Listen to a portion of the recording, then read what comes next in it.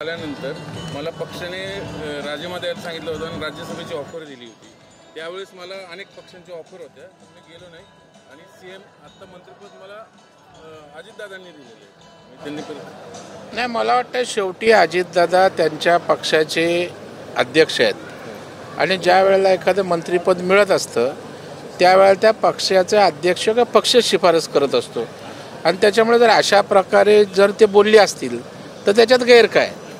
आणि त्याच्यामुळे वाटतं पक्ष शिफारस करतो आणि अंतिमतः मुख्यमंत्री निर्णय घेत असतात।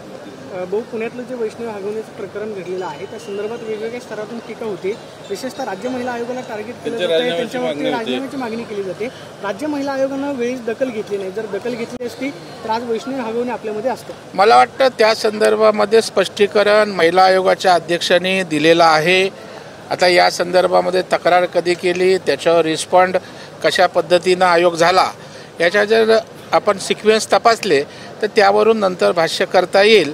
सद्यस्थितीत तक्रारीची दखल घेतली होती असं चाकणकरांचं म्हणणं आहे। मात्र अशा घटना परत घडणार नाही यासाठी तुम्ही काय मुख्यमंत्र्यांना आवाहन करताय? राज्यामध्ये जे हुंडाबळीचा कायदा अस्तित्वात आहे, अंमलबजावणी मात्र होत नाही। या संदर्भामध्ये आपले कायदे कडकच आहेत। अंमलबजावणीमध्ये काही कमतरता असेल तर त्या ठिकाणी निश्चितच मुख्यमंत्री महोदय या ठिकाणी आणखी कडक कारवाईचे आदेश देतील।